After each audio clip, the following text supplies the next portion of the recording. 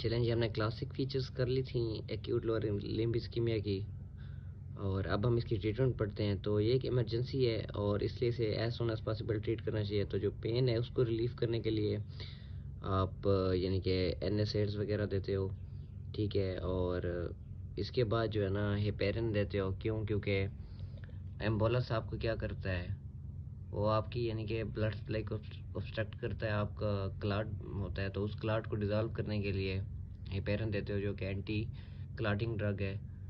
तो एडमिनिस्ट्रेशन करनी होती है 5000 यूनिट्स है हेपेरिन की। इसके अलावा जो जिस वजह से एम्बोलस बन रहा है, क्योंकि एम्बोलस मोस्टली हार्ट डिजीज़ की वजह से बनता है, तो जो एसोसिएटेड हार्ट डिजीज़ है आपने उसको ट्रीट करना है। जैसा कि मोस्टली जो एम्बोलस है वो एट्रियल फिब्रिलेशन की वजह से बनता है, अगर राइट एट्रियम में बने तो। इसके अलावा anti platelet therapy aspirin initiate करनी है। और इसके बाद जो सर्जिकल प्रोसीजर है उसको हम एम्बोलेक्टमी कहते हैं।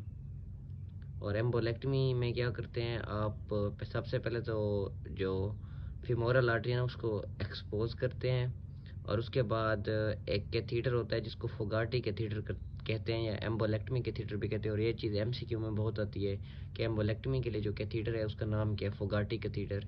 तो उसकी मदद से आप जो क्लाट होता है ना उसको एक्सट्रैक्ट करते हैं।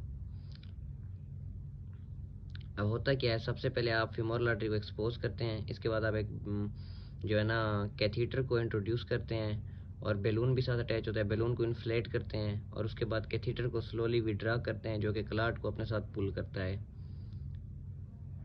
तो इसके बाद जब ये प्रोसीजर हो जाए, अच्छा इस प्रोसीजर को ना बार बार रिपीट करना होता है।